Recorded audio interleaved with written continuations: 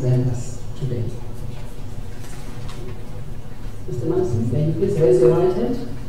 Do you solemnly declare that the facts you are going to present before this panel will be the truth and the whole truth? I do. Thank you very much. Please state your full name and your designation as manager. My name is Clive Madison. I'm speaking on my personal behalf today. Thank you. You may start with your presentation. I've chosen, as I normally do at these hearings, to avoid getting bogged down by what I call the annual tango. Eskom takes 3 steps towards a higher tariff, and Nersa takes 2 steps back, pushing the tango dancers back to a lower tariff. And we normally end up with some tariff that no one seems to be satisfied with, and leads us into situations that either require state bailouts, as we've heard, or if we don't have the tariff increases, then we have to resort to that. So I've chosen instead to title my presentation today, Navigating Our Way Through the Electricity Supply Industry Labyrinth, and do that, certainly not with coal plants. But it effectively looks then at calculating what we refer to as a blended average tariff. And I've said if Eskom was selling at 18 cents on a pay-off fleet, it's fair to imagine that they would need to sell at 54 cents for any new build plant. And it's a simple estimation where I'm saying 2/3 of that cost are finance charges and 1/3 is the same as what they charge anyway. So it's a bit like when you buy a new car, 2/3 of your costs are probably paying off the car and only 1/3 is running the car and maintenance. So it's a fairly simple thing. If you do that, by the time you get to 2019, you're at 27 cents, but that obviously doesn't take account of inflation. If we inflate, you at 57 cents.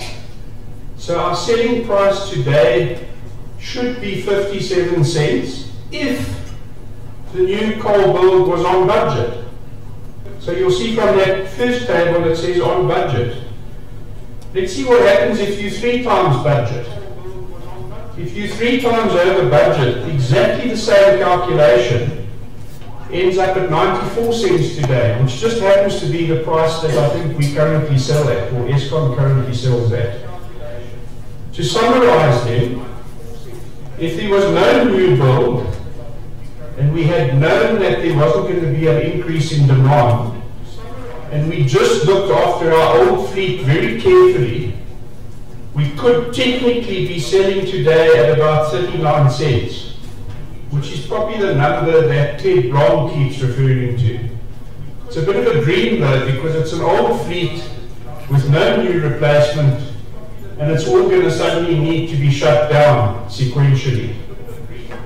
If we built our new fleet, and I'm talking Medupi and Kasili, remember it's 57 cents, but because that new build is run at least 3 times over budget, it's 94 cents. The graph here shows you the grey blocks are no new build, the black columns are new build to budget, the red columns are new build 3 times over budget, and the blue columns are what Eskom wants. Now, how come Eskom want more than 3 times over budget? The answer is simple, because my simple weighted average didn't take account of other factors, graft and corruption, mismanaged coal contracts, increased staffing levels of 50%. Mine was just a straight arithmetic average. But I think this shows us very clearly how we've painted ourselves into our current seemingly insurmountable corner. So, knowing how we got there, I'm now looking at charting a just energy transition. And I'm actually going to give an Eskom presentation. So you were incorrect, Madam Chair, when you said Eskom is not presenting this morning. I'm putting on my Eskom hat. Unfortunately, I couldn't find one anywhere, and if I had found one, it probably would have been a hard hat. So my application is Eskom tariff application reloaded, and I've called it Eskom Light.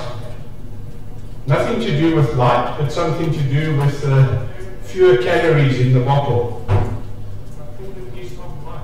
Here's the sentiment I've had from the hearings. One of the members of Nersa has been kind enough to send me all the hearing presentations. I won't go through those, but that's an extract of what people have been saying during the hearings. Compounding problems, stranded sinking ship, doing the same thing and expecting different results. I'm sure you guys have heard all of these comments, and they all in fact are direct quotes from various presentations that have been given. What do people expect from Eskom? So apart from those quotes, the expectation is that Eskom will supply us, the people of South Africa, with electricity. They'll help address high levels of unemployment. They'll assist in mitigating climate change. They'll clean up air pollution and let people breathe. They'll conserve water and help prevent further destruction of water catchments. They'll avoid self-bankruptcy. They'll play a lead role in the democratic control of renewable energy. And they'll drive a just transition in the electricity supply industry. But before we delve into the detail, I need to give an apology on behalf of Eskom. So I might deviate from truth here because it's what I'm saying, not necessarily what Eskom would be saying. But I think it's what we've been wanting to hear. At Eskom, we humbly request an apology from the people of South Africa for serious time and massive cost overruns on our new build program that to a large extent brought about the current predicament in our communities. We apologize. For allowing graft and corruption to reach grand proportions on our watch, we apologize. For confusing our mandate of job creation by creating jobs within Eskom instead of within the economy, we apologize. And for lacking a clear vision of the utility of the future, we humbly apologize. So what is the plan of Eskom Light? What are we going to do about this? We didn't plan all of those bad things to happen, but they did happen on our watch. So how are we going to get out of this? 70% of the current fleet is scheduled for retirement by 2040. Nothing to do with how it's replaced. It's simply scheduled for retirement.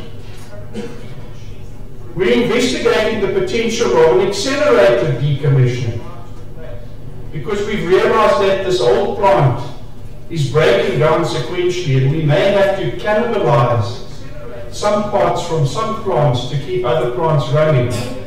And it will also allow us to rationalize our mine feed mouth mines to keep those plants running that are most efficient.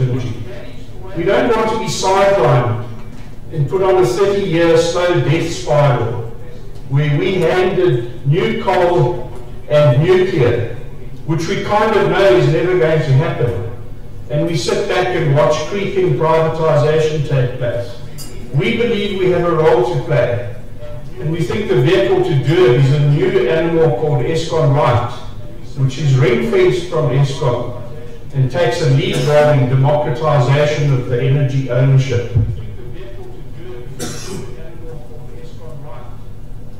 So, we want to implement a replacement strategy of the electricity generation fleet to transform the whole industry. We want sustainable and environmentally friendly power generation. We want broad-based ownership of the replacement generation fleet. We want a planned and managed rehabilitation of mined-out areas.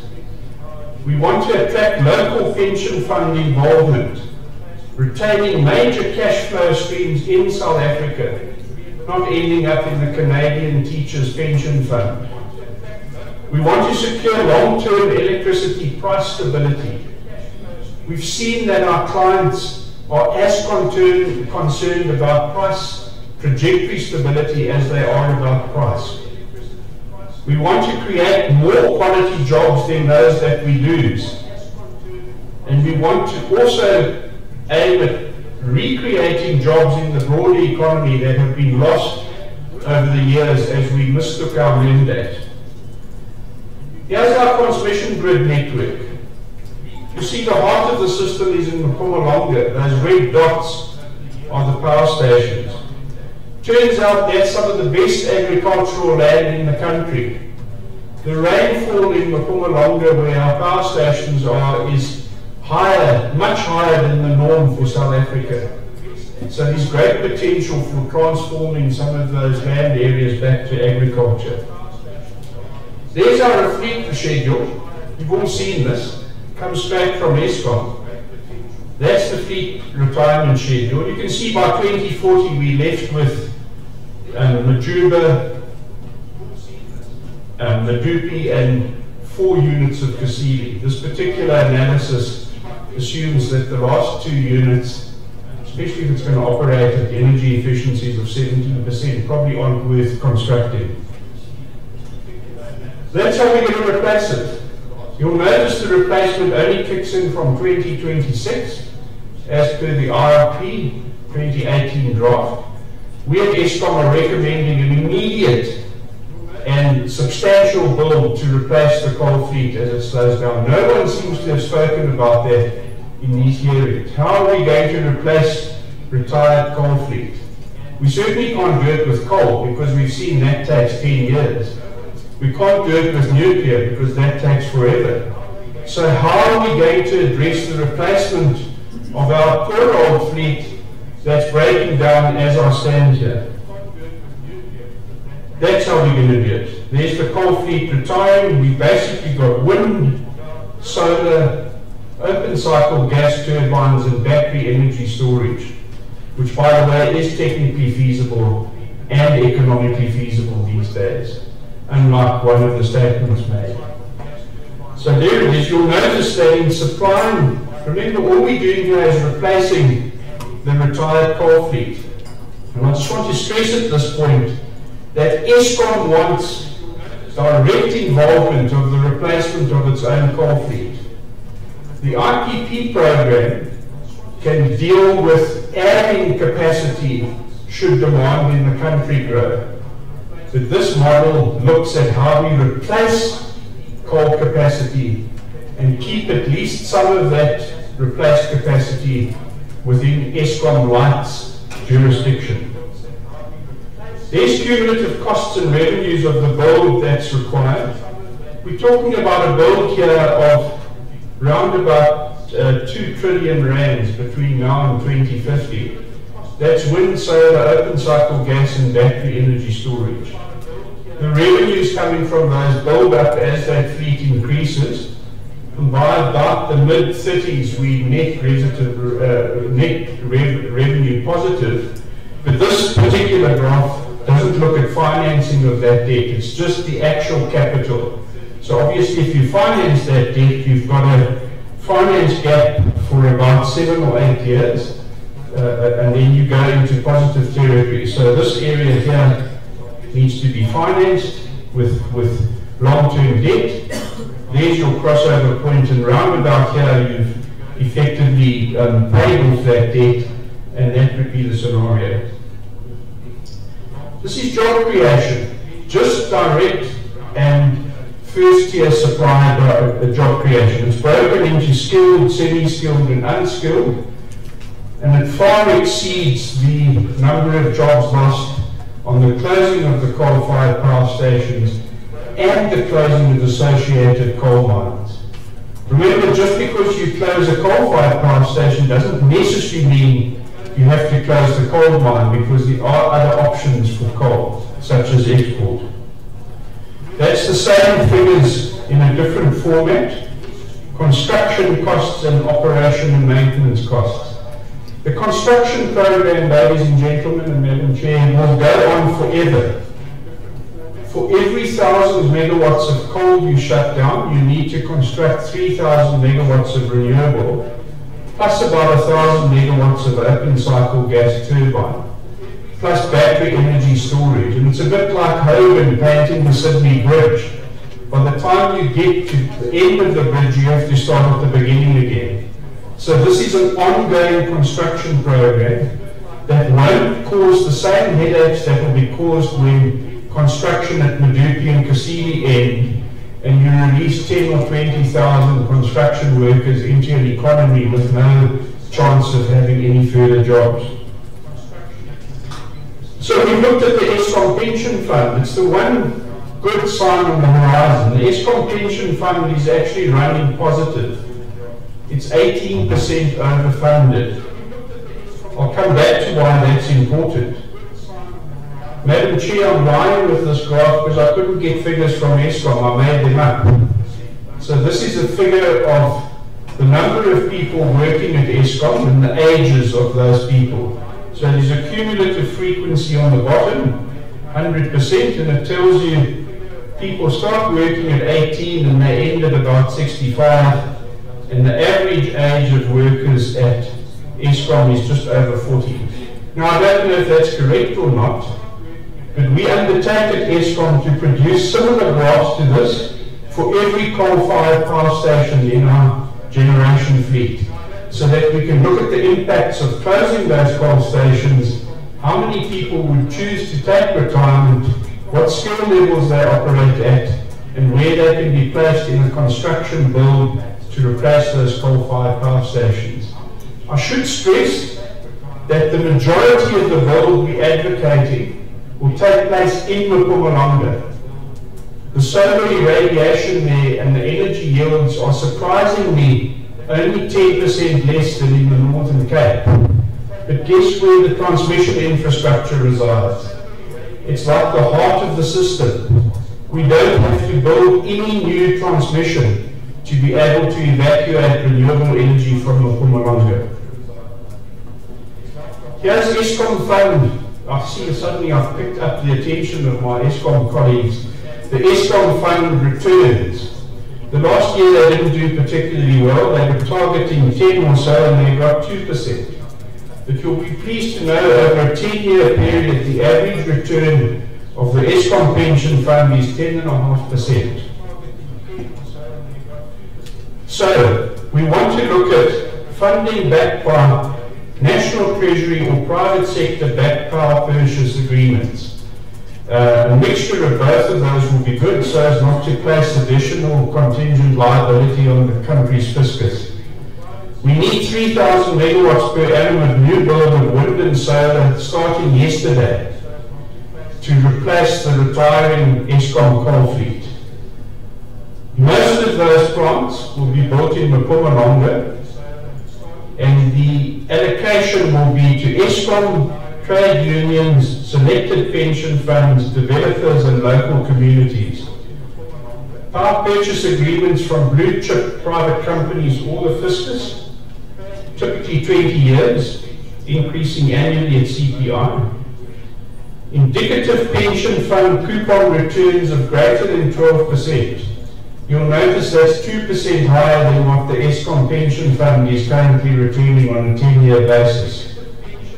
The lead pension funds, Eskom and the unions, will receive CPI-linked coupon plus equity. That 12% return is simply on the debt coupon. I'm advocating that Eskom, as well as trade unions, pension funds play a lead role where they get the coupon, plus they get a chunk of equity. So they will get well in excess of 12%. Local communities will receive at least 20% of the free equity carry. So there's a model of the equity ownership. The model is underwritten by what I've called the syndicated pension funds. They put in 70% of the money and they get returns in excess of CPI plus 6%, which keeps pension funds very happy. The only thing that won't keep them happy is none of them will have a job anymore on where to invest their money, because they'll be getting returns that exceed what they currently get with all the thought they put into their investments. I'm suggesting Eskom put in 5%. The Eskom pension fund as a lead funder puts in 10%. The unions put in 10%.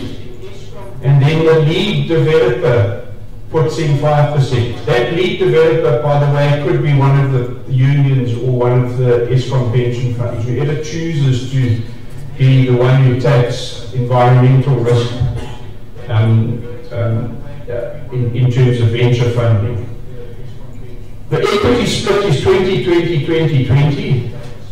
Looks like a ball that my cats chase around my kitchen floor. But there it is. And the returns that will be delivered is Eskom will return approximately 15%. The Eskom pension fund round about 14%. The union pension funds 14%. The lead developer, the same as Eskom, about 18%. The syndicated pension funds about 13%, which is 3% higher, remember, than the current Eskom pension fund returns.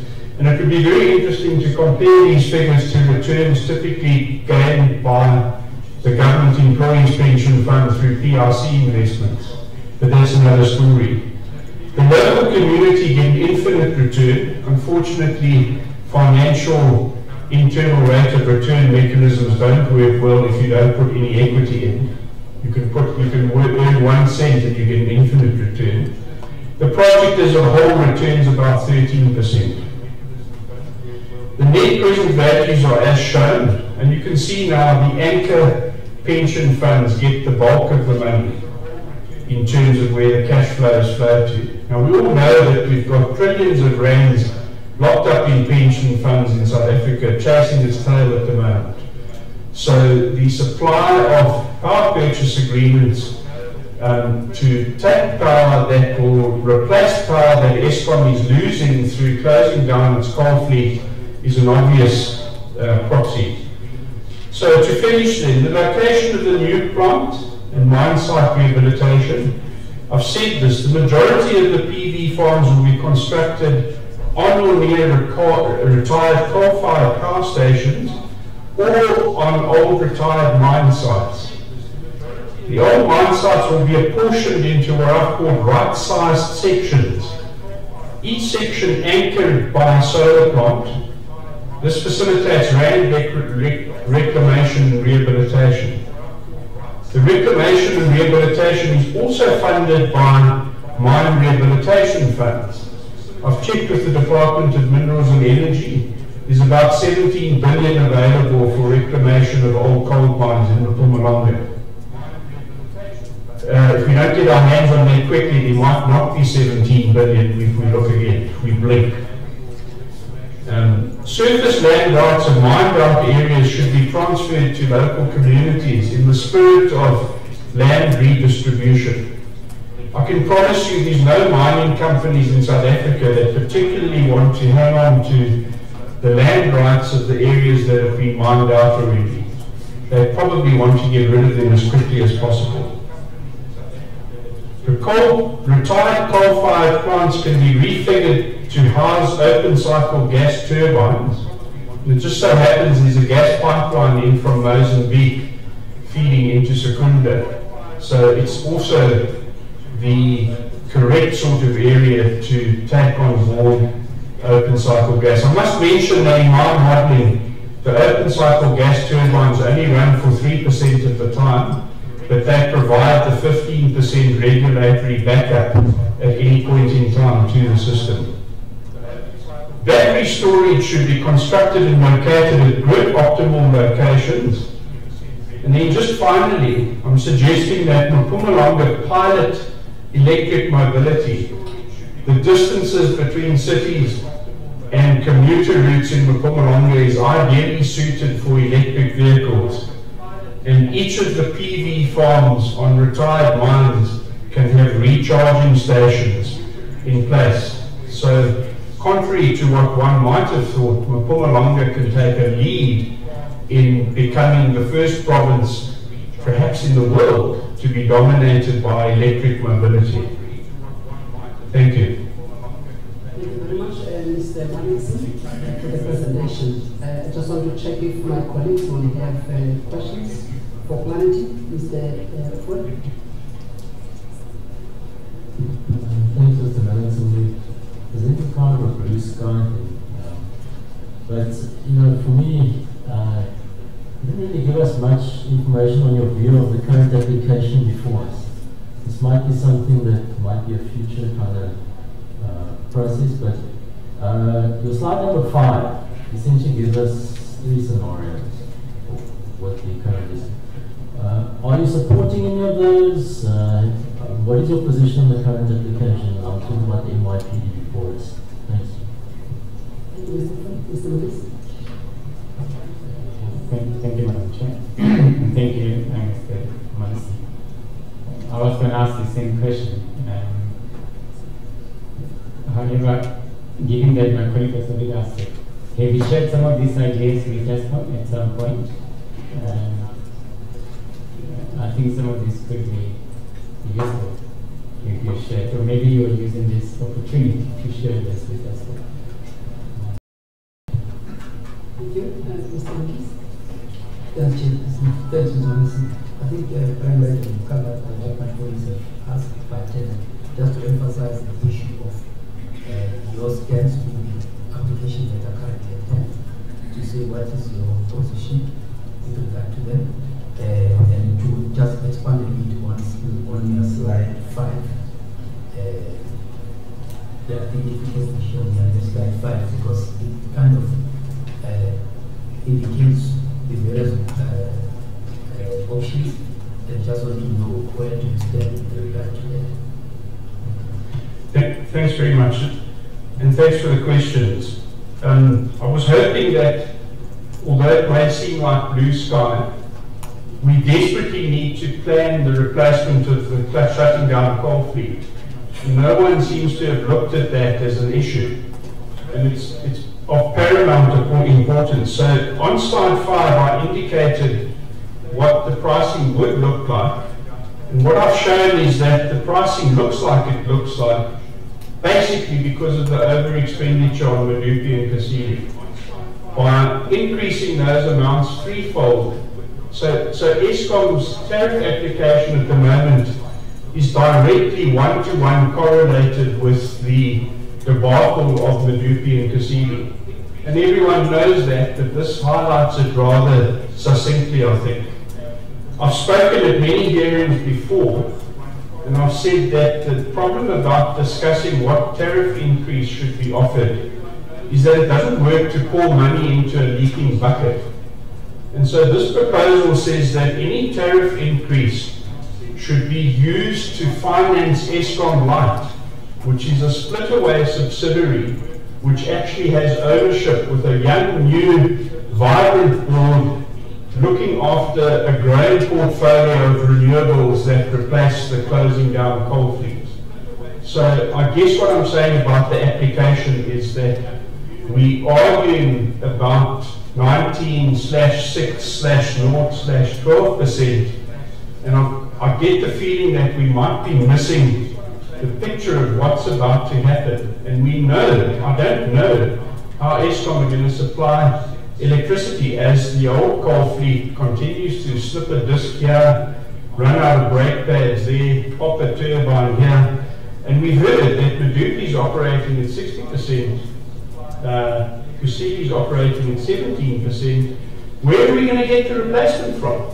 So this is like real urgent, and I believe in an application like this we should be addressing this problem as a matter of urgency, and any increase even close to what Eskom are asking for should be channeled into basically a business rescue package that advocates what I've presented today. In terms of sharing this with Eskom, I had meetings with Eskom 4 years ago about battery technology, and the people I spoke to didn't even know there were large-scale batteries deployed in Texas in Duke Energy at that stage, and showed what I can only describe as a distinct lack of interest in what I was proposing with battery energy storage. But I am going to be running a workshop in the economics of energy transition at Nedbank later in March, and I would like to see a good contingent from both Eskom and Nersa if they're able to attend that workshop. I'm also hoping to attract trade unions and township activists. So the current application needs to be seen in the light of where we sit currently with the energy supply industry. It can't be intelligently interrogated, in my opinion, in isolation of whether or not the RAB is correct, whether or not we actually need to step back and have a plan of where this extra funding is going to be apportioned if it happens. So I hope that answers the question. Yes, there's just a follow-up, and Mr. Nkisa will be brief.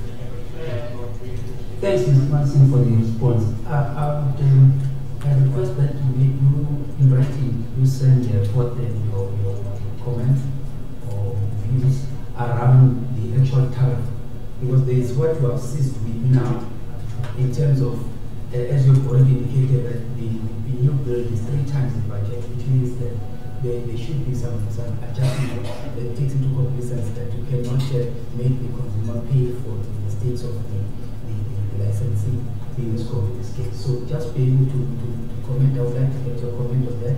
Notwithstanding the fact that we still need to look at this forward-looking, consider the forward-looking that we are taking in terms of Eskom, which I think that we've already said that we're looking at this not only at the tariff, but at the broader problem solving around the issues pertaining to Eskom. So if you can please just provide that. Just a quick response to that. If you go back 2 years and look at my 15-page written response to a presentation called A Rock in a Hard Place, you'll probably find all the answers you're looking for. I presented in November 2015, I think it was, maybe 2016, and I provided your panel with a 15-page written response to 15 questions. And I think the kinds of things you're asking now are well described in that 2-year-old paper. Could you, for this specific presentation, could you look back at that and perhaps adjust it so that at least it can be useful to sort of be instructive in a way to Nersa on what aspects of the application need to be looked at and what to do? If you can kindly provide that information within the next 7 days, please. Sure, thanks very much. Thank you, Mr. Manson, for your presentation and for your contribution. We're moving on to the next presenter, and we have IUG and Sean Lau is the presenter for the IUG.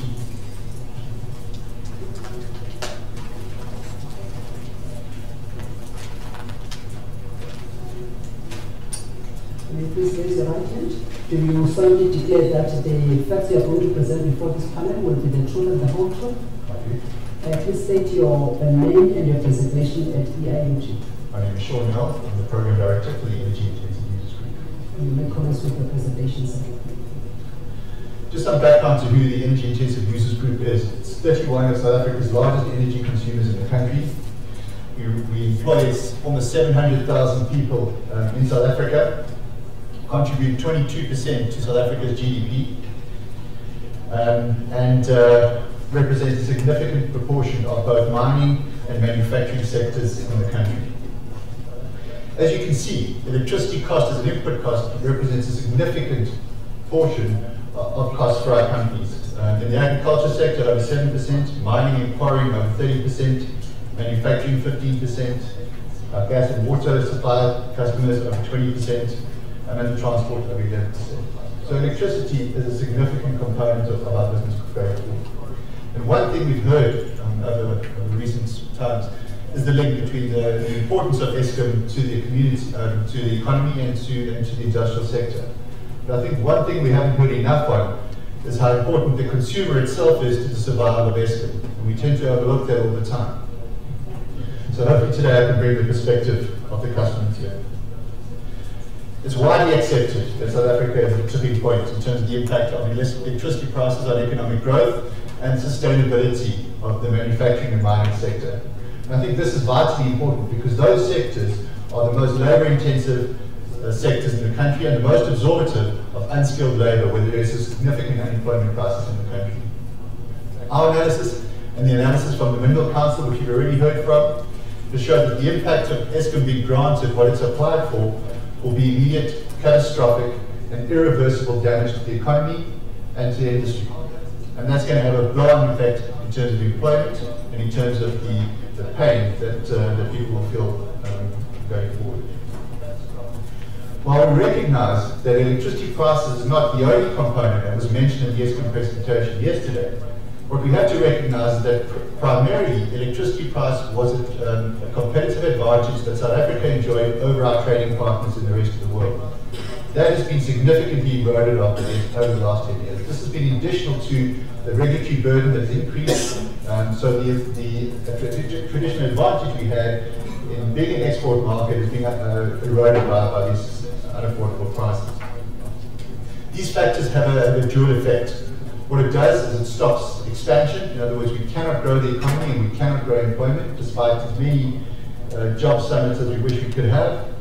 But what it does do is it starts creating, it imperils South Africa's tax receipts from a profitability perspective. It reduces employment, it increases the burden on the fiscus, and primarily the lack of demand and the lack of growth and the lack of sales imperils Eskom's survival itself. So I think there is a unique symbiotic relationship between the large demand customers and Eskom going forward. We always say that there's two sides to a story, but in this case there are three. And we have to address the three questions independently. What Eskom wants in this application, what Eskom are allowed as per the regulatory methodology, and what Eskom should get, which is what balances what the country can afford and what Eskom needs to be able to survive and return to some degree of sustainability. The first thing we need to look at is the issue of cost reflectivity and affordability. One of the primary issues that when we look at the affordability issue is the non-electricity costs in the forms of taxes and levies that are already built into the electricity pricing tariffs that need to be addressed. These are one area where we can start mitigating the impact of costs on industry. But also, what we've seen is that these costs represent about 18% of the total tariff that industry has already paid. That is critically important because if these prices that are allowed and industry declines, these subsidies which are being helped to support indigent and poor people disappear, and the cost of the electricity consumer by carry in the residential and commercial areas will increase and further reduce the affordability of electricity. So I think this is a critically important component going forward. What we cannot have is a situation where we are moving towards increasing prices, reducing demand, but then trying to introduce parallel processes where we have special pricing agreements to try and keep industries alive. Because the process to address special pricing agreements is quite long and it's quite costly. Invariably, industries are more likely to close down than to apply for those going forward. One of the things which was mentioned, and is true when we spoke about the application in 2013 from the EIEG being one of the parties that said, talked about a 10% tariff increase for Eskom at the stage. What it doesn't obviously cover was the rest of what was said at that period. It's like taking the first verse of the Bible and ignoring the rest. What we said is that Eskom would be allowed to get 10% if they achieved their standalone investment grade in the time that they set. Eskom at that stage were using the 16% as the basis for achieving it. And what we were trying to show with that is that Eskom were asking for 16%. Our analysis showed that they could do it in 10%. And it's clear that we have some degree of regulatory gaming in the system. Because if we have two different calculations with two very different prices, regulatory gaming is something that is critical. And we see that particularly in one area, on the regulatory asset base. Now, the key thing we have here is that the regulatory methodology for tariffs works in an environment where we have approved and efficient market and an environment where we have stability from a supplier. What we've seen, obviously, is this issue of a significant divergence between applications and price allocation between or what's been allowed. So we have a situation where we're tending to overstate applications because we are aware that that prices will then be pushed down, which was mentioned earlier, the tango. This is particularly clear in the regulatory asset base. I mean, we can see while there are both discretionary and subjective matters to it, this has led to, we believe, overstated valuations and excessive returns. And this comes down to this issue where Eskom are also talking about foregoing the returns in the first couple of years. This is a critically important thing. We either follow the regulatory methodology or we park it because we recognize that we are in a crisis situation. And I think that's a critically important thing because we have now situations where we have the Presidential Commission looking at restructuring of Eskom, we have the Eskom strategy plan which hasn't been fully implemented. So we are trying to solve a problem in the wrong situation. So in other words, I'm not sure me, or I'm sure all of you do it, at the end of the month when you see that your budget's not coming out, as opposed to changing your behavior, you spend and work hours on your spreadsheet trying to see where you can reallocate money to try and actually make your budget balance without changing your behavior at the end of the month, you still don't come out. And that's what we have with this approach. The regulatory methodology, we're trying to be square around, we're trying to square a circle. We're trying to force things, and that's where we get an opportunity for gain. And I think that's one thing that has to be addressed. Because if we look at the rating agencies as well, the issue around regulatory certainty is a component in the ratings. And I don't think anyone will be concerned if we go. The regulatory methodology in this juncture at the moment has to be suspended until such time as we can create some stability in the Eskom finances going forward. One of the biggest concerns for us, over and above the pricing, is what we don't see in the actual tariff. And this is system availability. One of the biggest concerns we have as an industry is obviously the plant, and apologies if you can't see the slide very well, and I will circulate it. But we can see that plant performance has declined precipitously over the last couple of years. And that shows us two things. One, the regulatory asset-based valuation, we have been sold a Mercedes, but actually been given a 1972 Mazda, because clearly the plant of that valuation cannot be this poorly performing. Additionally, money that has been spent on maintenance is clearly not being spent efficiently or prudently, because this cannot be sustainable. In fact, today, demand is below, peak demand is expected to be below 30,000, and Eskom are unable to supply that today. So the additional cost that the industry are carrying is not only the tariffs, but around interruptibility to be able to ensure that plants or that the country doesn't suffer load shedding. So the unaccounted for cost is this cost of interruptibility. So not only are we losing sales or revenue because plants being interrupted to prevent load shedding, we now have expensive OCGTs being used in place to sustain the plant. And this also then affects the ability for expansion, because industries are not prepared to expand where they cannot get security of supply at an affordable rate. Our view is very clear. We do not think that we can be granted, Eskom can be granted anything more than inflation-linked increases pay, provided there is a clear plan and clear outcome on the turnaround strategy. We need to be run Eskom in a cash basis, in other words, costs plus its debt returns, its debt coverage, and we need to be able to ensure that the turnaround plan will address some sustainability. Only then can the regulatory methodology be put in place to start managing going forward. Clearly, an independent review of the regulatory asset base is critical, but again, I think what we're going to end up doing is arguing about how many angels can dance in the head of a pin, because it is subjective. And again, we cannot be doing that in an environment where it requires almost emergency-like powers to address it. For us, most importantly, over and above the tariff, is we have to address the plant performance issue. One, because it's an unacknowledged cost, both to the consumers and to the economy as a whole. And we have to ensure that whatever plan is put forward from a recovery perspective has to be put in place and it has to be monitored, and we have to ensure that that feeds into the pricing tariffs going forward. I'd like to take questions, Jack. Thank you very much, Mr. Mann. Mr. Is there any questions? Thanks, Chief. Thanks, Mr. Mann. just on your slide 6, you talk of an aggressive plan to return AF to acceptable levels. And that would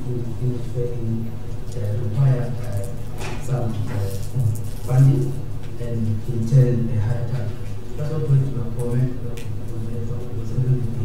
is pushing us even more closer to a higher target. And then the other issue that you raised, you said if rate uncertainty is key, right, for rating agencies, would it arbitrarily setting aside the current framework put us in a worse situation in this regard? And then on slide 14, I would just like to know, on what basis did you arrive at 10% instead of 15% requested by the score? You know this already responded now, but I think that it would help us if you can please provide justification, analysis, and data that substantiates that. Then on slide 6, you told of ESCOM being unlikely to assume new build beyond the single. You mean new build as in code or new build in overall? Because if you look at what the previous presenter was advocating for, is that ESCOM like to actually participate also in new energy space and therefore embark on the equivalent of what they can do. Thank you, Mr.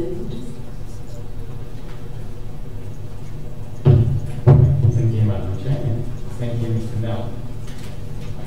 Just focusing on your recommendations.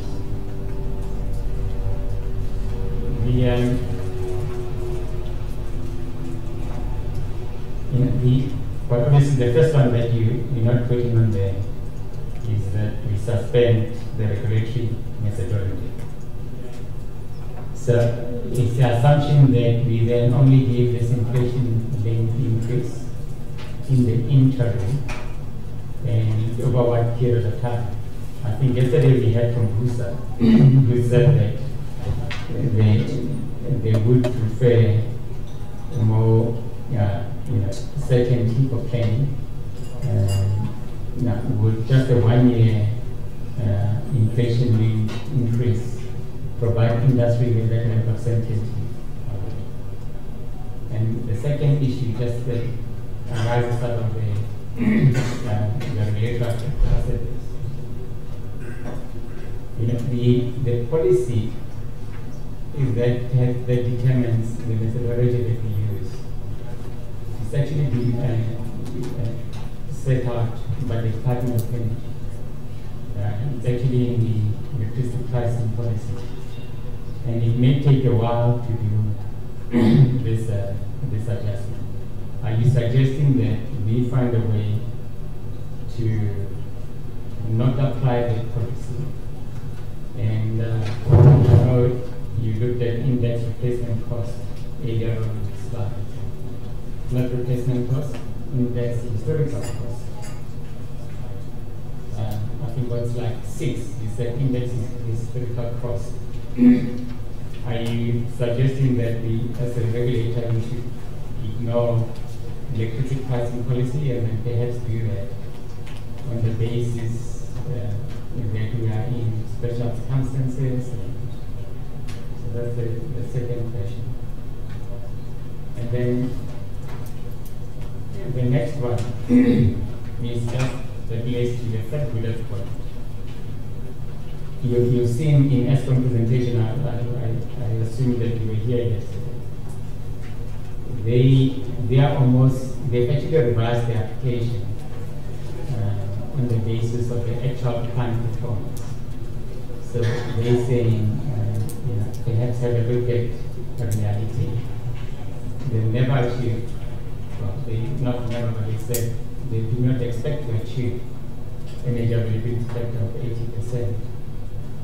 Is the energy intensity that we're suggesting that we in fact assess this application on the basis of the 80% EAF or on reality? What ESCOM says is they can realistically expect to achieve over the next 3 years. Do you think that Eskom is not then going to turn around and want huge RCAs and claim that we are ignoring the current reality. Does that answer your question? Thanks, Chair. On your second slide, the slide numbers are a bit weird. Slide number 2, the 20% electricity, gas and water, are you able to give us the electricity portion of that so that we know exactly what portion that makes up? Another question, slide number 3, you point number 2 paints a dire situation. So I'm assuming that of the 31 companies that are your members, they should be lining up to apply for the interim special pricing arrangements that Eskom is able to consider and implement in regularly. So Eskom told us they've got 5. So I'm not quite sure, given the dire situation, why they're not lining up. But interested to know that. I want to just add to Mr. Mkiza's question is, would the EIUG support additional costs for Eskom to aggressively pursue a better EAF if that were needed? And then my last question is, your slide number 4, you indicate there's 3 sides to the story, and the third one is, what should Eskom get? Is that the inflation-linked increase that you're proposing? And if you're saying inflation-linked, you're not saying inflation, you're saying CPI, PPI, plus what? And is that the proposal that balances the needs of South Africa and Eskom? Because I think the one thing that you probably didn't present today, which I think you guys had before, is that you also want a strong, stable Eskom, because you need a strong, stable supply of electricity, but obviously efficiently operating. Thanks. Thank you very much. For my slide, I just wanted to request you to provide us with information showing the impact or the action of your members based on the previous price increases, whether they've, in terms of consumption levels, whether they've reduced their consumption levels, or what other actions have they taken in the past as a result of price increases. So that is in the past. Going forward with this increase, would your members absorb this increase? If not, what is the reaction that we could expect from your members? Would they reduce consumption? Would they look at other alternatives? Would like to check what would be the demand in response to the price increase? If you can assist us with that information in the next 7 days. So let me address the question related to the energy availability factor. Would we support additional funding to address the EAF? Our answer would be no, because significant amounts of revenue has been allowed in previous applications for the use of maintenance. And this comes down to this aspect of the consumer bearing the brunt of ineffective maintenance. So while we do, and again it comes down to that aspect of which do we use from a tariff perspective. If I would suggest we use the reality, because the one point we have to consider is when we talk about price stability, the regulatory clearing account process doesn't provide us with that, and that has become an ongoing process going forward. So much better clarity, but let's use reality when we do our planning. So I think that's the first component from that. The issue of policy certainty about related to the rating agencies. Well, the reality is we sit in a very uncertain period today, not knowing what the outcome of the Commission will be on the recommendations in the President's speech going forward. So we have multiple parallel processes undergoing here, from a restructuring of Eskom or a change in the electricity supply industry, which I posit is going to have been more from a concern from policy certainty than going in the face of these challenges.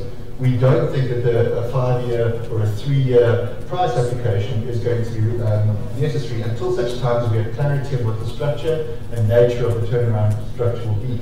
Furthermore, we also don't yet know what government's are going to do from a guarantee or from an assumption of debt. So there are a number of uncertainties that have to be addressed before we can be clear on what the impact of the policy going forward. And while what we might have to do is do a short-term process to give us some flexibility to understand where it leads us post those decisions, I don't think that is going to affect industry's concern about long-term certainty. I think the clarity that we'll have of the structure of the ESI going forward and what Eskom will then look like is more valuable at that stage to industry than to say we have to have a short-term price to address that. On our slide about Eskom not being involved in the new build is exactly that. If we start stripping out the issues of returns and regulatory asset bases and start looking at what does Eskom need to be able to run its plant and to be able to return to some sustainability, it will allow us to mitigate the price going forward. We then have to look at options about how the new build will be taken forward, whether through IPPs who carry the risk themselves until the energy is available, as opposed to the situation where we find we're paying for plant that hasn't been delivered. So we have to look at ways in which we address the sustainability first and Eskom's contribution to the future energy generation future separately. I think that's the key thing. We have to balance that. When we talk about what the country needs, I think it's very clear that pretty much every presentation going forward is that industry and particularly our members feel that they cannot absorb anything more than an inflation, a CPI-based increase over the next couple of years.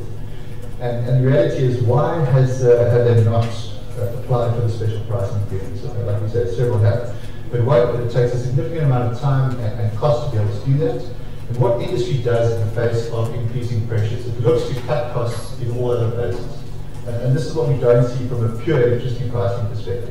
You know, the fact that you can absorb some degree of electricity pricing impact, that does not mean that there is no impact on expansion, on employment, and on other cost areas where we don't see from the electricity price with that cut. Yes, so while demand might remain stable, that cost element cannot be passed on to consumers. Because remember, the export industry is primarily a price taker. So the price is fixed. Our industry survives by cutting costs where they can.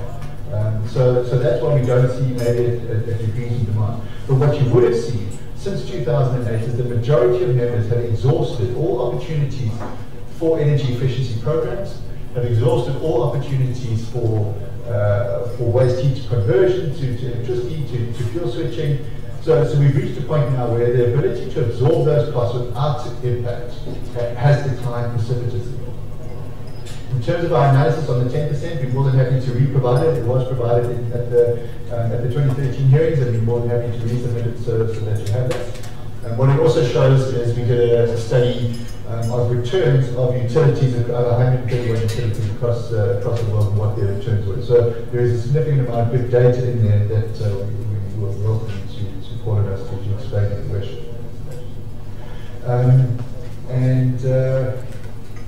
The last one's around, I think I've addressed consumption levels and whether there has been a reduction. I think that the reason why we won't particularly see a reduction is because it is so often mixed up in interruptibility. You know, so we had an issue where we had EAF causing customers to be interrupted, so they'd be able to make up portions that those consume. So reduction is very hard to determine at the moment because we're being interrupted so often. Right, and there was also a question on the EPP, the electricity pricing policy.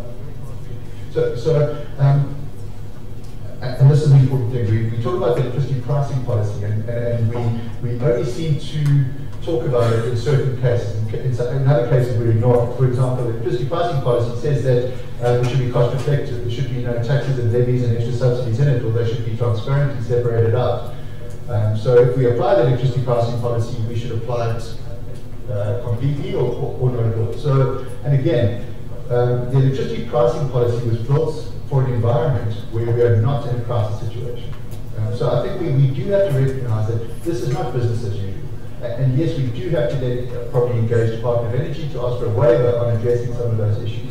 But we cannot, in the same process, undertake these MYPD application processes doing the same thing, shifting around numbers without addressing some of the core issues that are affecting.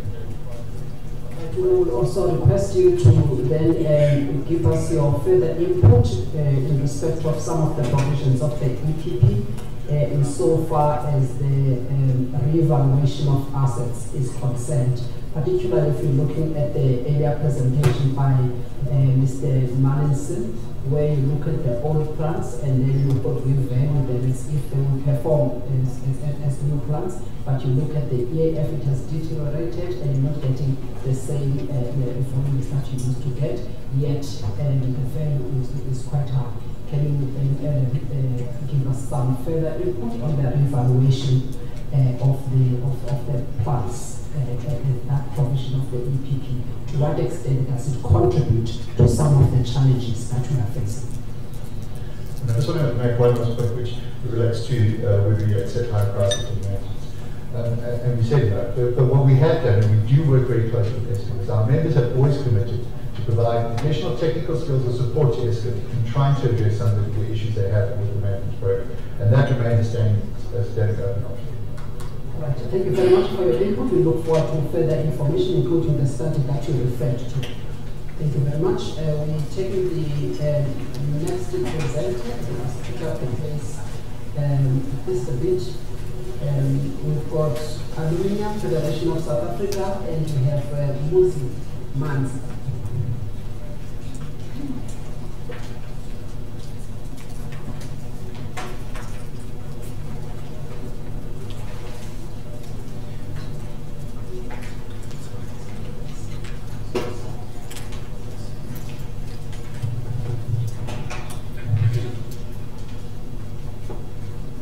Please raise your right hand. Do you solemnly declare that the facts you are going to present before this panel will be the truth and the whole truth? I do. Please state your full name and your designation at Aluminium Federation of South Africa. My name is Muzi Manzi, and I'm the CEO of the Aluminium Federation of South Africa. Muzi. Oh, okay. Thank you. Thank you very much, Madam Chair. I represent the Aluminium Federation of South Africa, and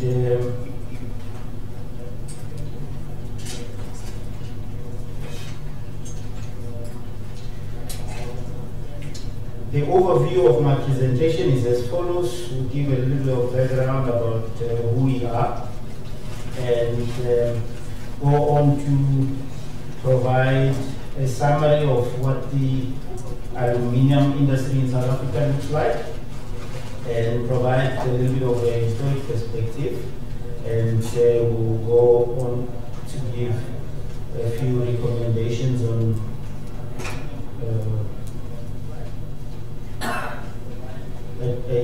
recommendations at the end.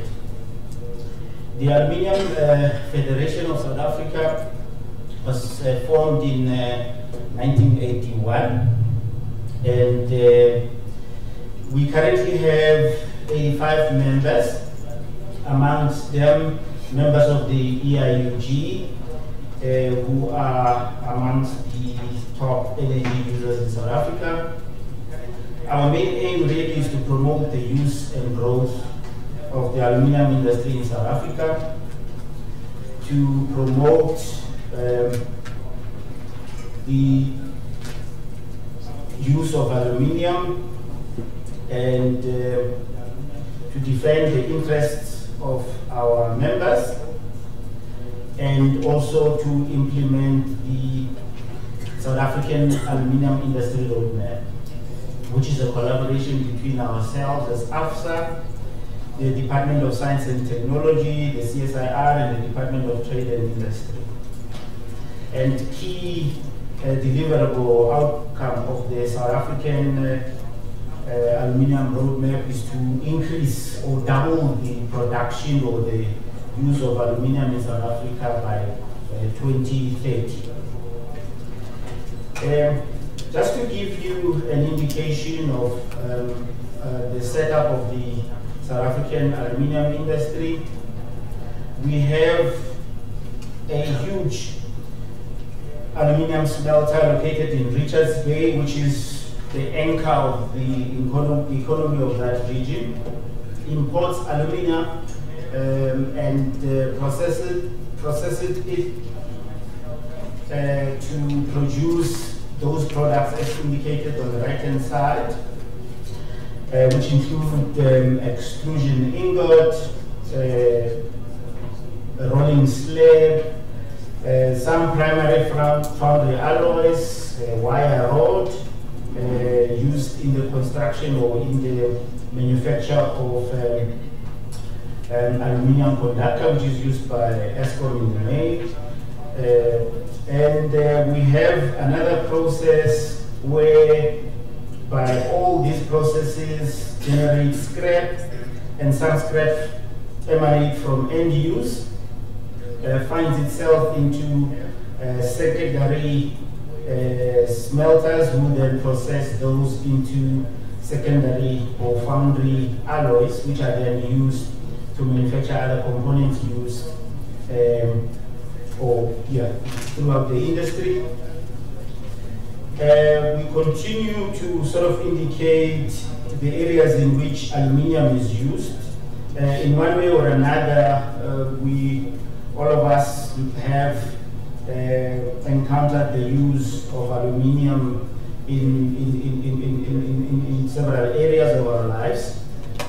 In building and construction for windows and doors or shop fronts, or in chemicals, aluminium is used in the water purification, electrical as indicated earlier, that several components are used in substations, are used as conductor, and several other applications within the electrical space. Packaging, aluminium beverage cans are a typical example of and foil for packaging food stuff. And we use aluminium in transportation, where the load beams of trucks we use aluminium in order to reduce the weight of such trucks.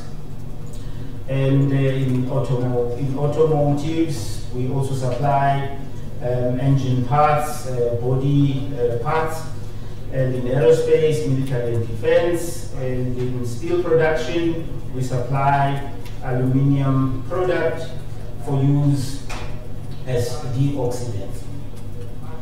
As an industry, in 2018, we have exported a combination of primary and finished goods to the value of 24 billion.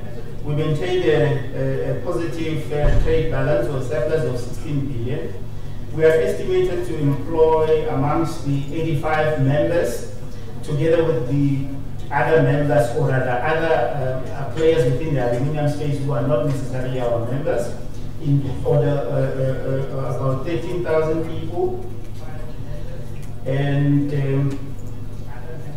as an industry, we are faced with a few challenges, amongst them the escalating electricity tariffs, not only from Eskom, but from municipalities, as indicated by several other presenters from yesterday, where over and above the Eskom price, we are then faced with a much higher municipal tariffs.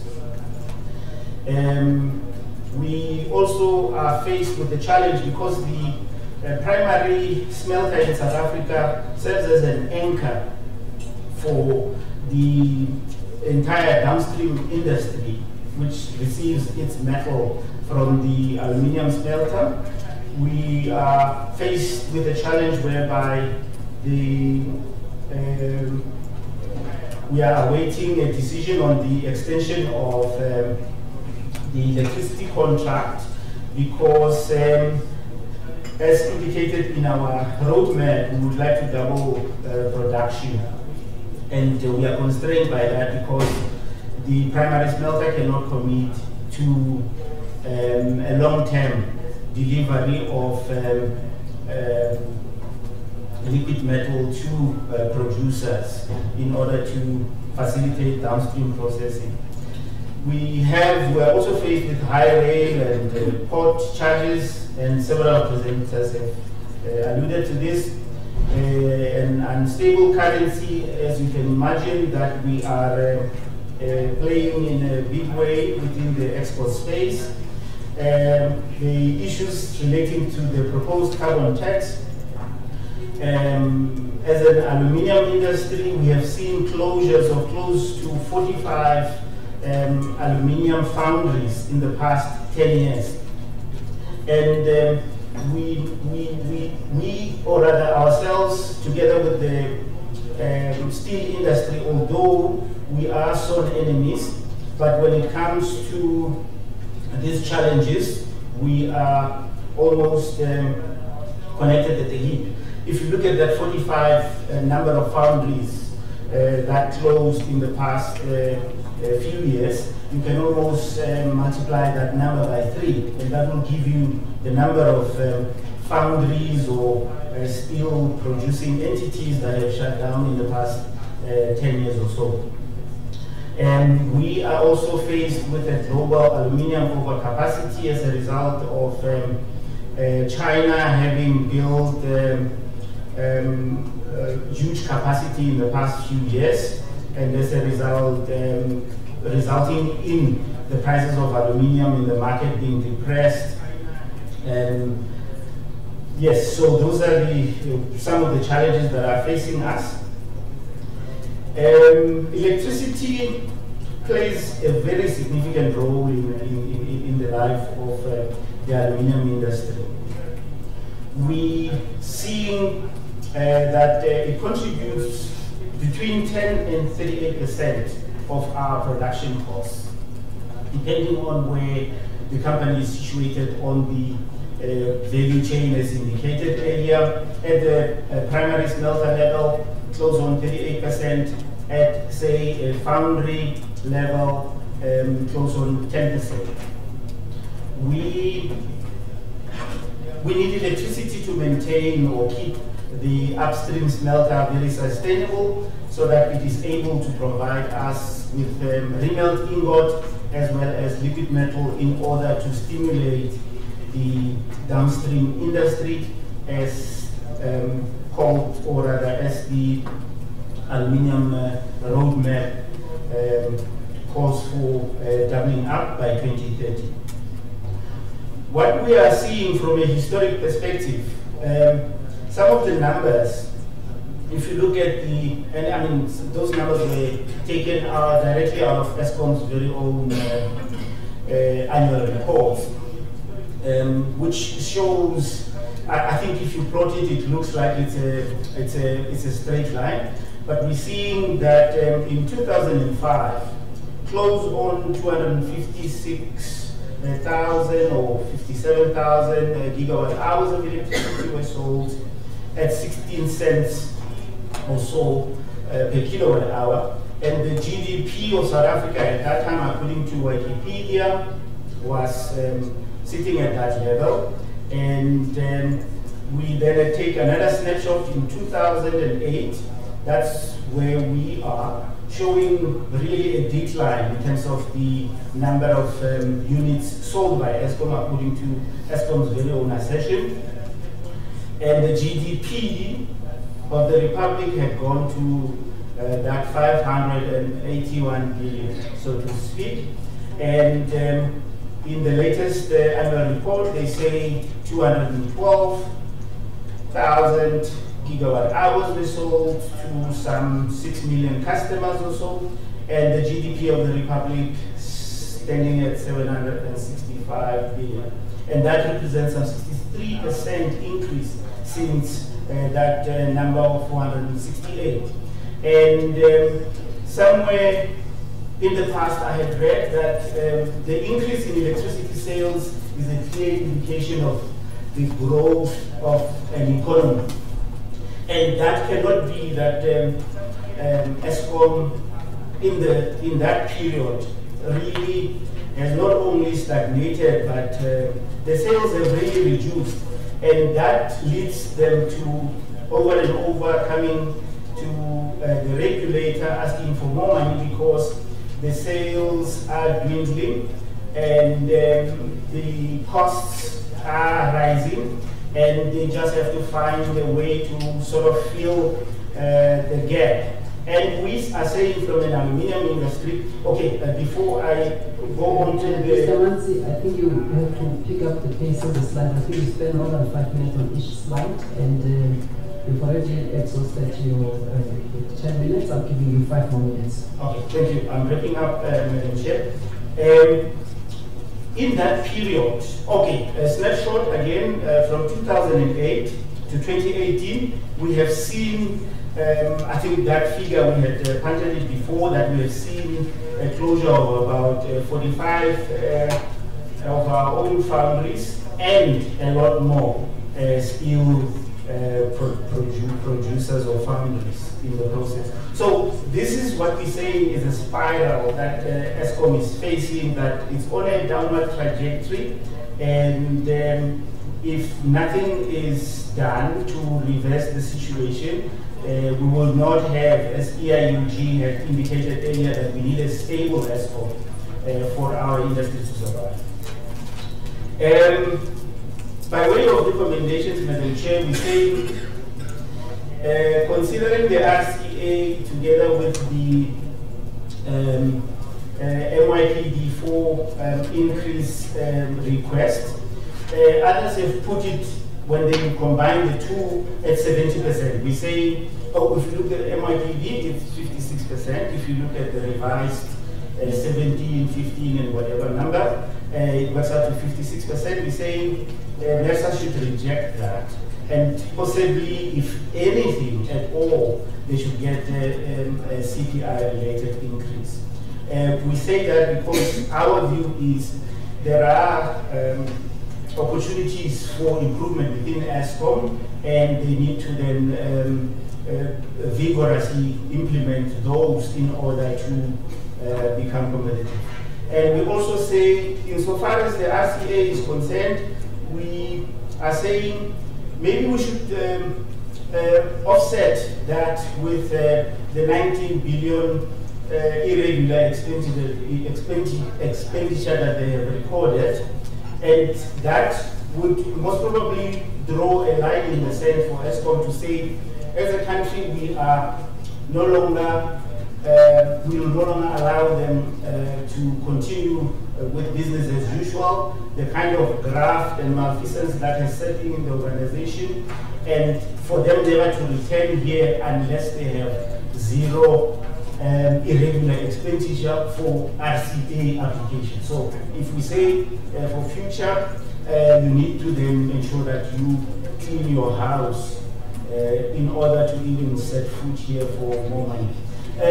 We say there was a question related to why aren't members of the EIUG applying for more, or rather for the special tariffs that are punted by Eskom. Number one, the time it takes to negotiate these things is just too great. In excess of 2 years or even several years to do that. What we're saying is we like the idea of a tariff that will sort of deal with the energy guzzlers. As a country which is endowed with mineral resources, we need to stop sending debt overseas. We need to beneficiate, and we need electricity for that. So we need a tariff that says Megaflex is not doable for our members because it's just too high, and yet the non-cost reflective sort of tariffs are not assisting Eskom or the country in any way, but we need a balance to be struck which will then deal with, and therefore there would be no need for negotiations if there is a tariff on the table. All you need to do is to then say, if you are in this commodity, that's the tariff you get, which is several percentages below Megaflex, and everybody would be happy. And on that note, thank you very much, Mr. Chair. Thank you very much, Mr. Manzi, for the presentation and for your proposal. Mr. Philip, is there anything that you need to clarify for the presentation? And she's numbers. slide number 7, the challenge slide. Could we ask you to send us in writing detail on that slide? Because you've just given us like a list, some of the stats around it.